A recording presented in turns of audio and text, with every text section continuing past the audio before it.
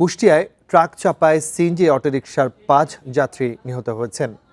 বেলা ১:৩০টার দিকে কুষ্টিয়া হাইওয়ে বাইপাসে এই দুর্ঘটনা ঘটে। পুলিশ জানায়, সিএনজি অটোরিকশাটি যাত্রী নিয়ে কুষ্টিয়া শহরের দিকে যাচ্ছিল।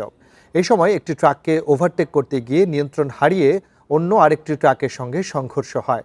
এতে সিএনজিটি দুমড়ে মুচড়ে যায়। ঘটনাস্থলে ৩ জন নিহত হয়। গুরুতর আহত অবস্থায় দুজনকে উদ্ধার করে হাসপাতালে নেওয়া হলে চিকিৎসাধীন অবস্থায় তাদের মৃত্যু হয়। নিহতদের পরিচয় এখনও পাওয়া যায়নি। এদের মধ্যে ৩ জন নারী এবং ২ জন পুরুষ রয়েছেন। কুষ্টিয়া হাইওয়ে পুলিশের ওসি আল ওবায়দ জানান, চালক পালিয়ে গেল, ট্রাকটি হেফাজতে নিয়েছেন তারা।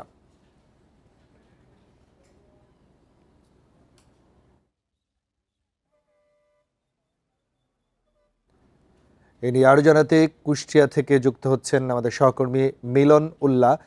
মিলন, আমরা দুর্ঘটনাটি জানতে পেরেছি। আসলে ঠিক কি কারণে দুর্ঘটনাটি ঘটেছে, সর্বশেষ পরিস্থিতি একটু জানাবেন আমাদেরকে।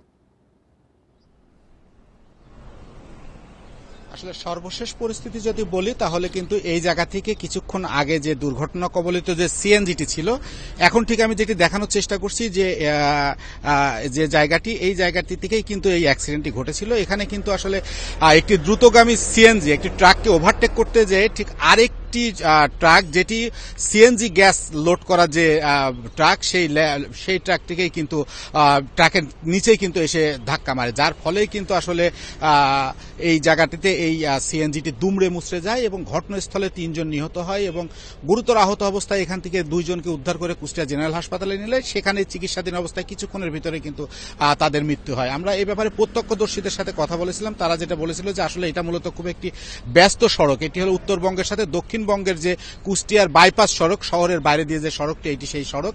কিন্তু এই সড়কেই এই যে ৩ চাকার যে 3 হুইলার সিএনজিটি, এটি বেপরোয়া গতিতে আসছিল এবং একটি দ্রুতগামী ট্রাককে সে ওভারটেক করার সময় কিন্তু মূলত নিয়ন্ত্রণ হারিয়ে সে এই গাড়ির সামনে আসে এবং যার কারণেই কিন্তু এই অ্যাক্সিডেন্টটা ঘটে। আমরা এখানে সিসিটিভি ফুটেজ দেখেছি, যে তেল পাম্পের সামনে এখানে ঘটনাটি ঘটেছে, সেই সিসিটিভি ফুটেজেও কিন্তু আমরা দেখতে পেয়েছি যে একই অবস্থা, যে এই সিএনজিটি মূলত নিয়ন্ত্রণ হারিয়ে এসে এই ট্রাকের নিচে ঢুকে পড়ে, যার কারণে কিন্তু এই দুর্ঘটনা ঘটে।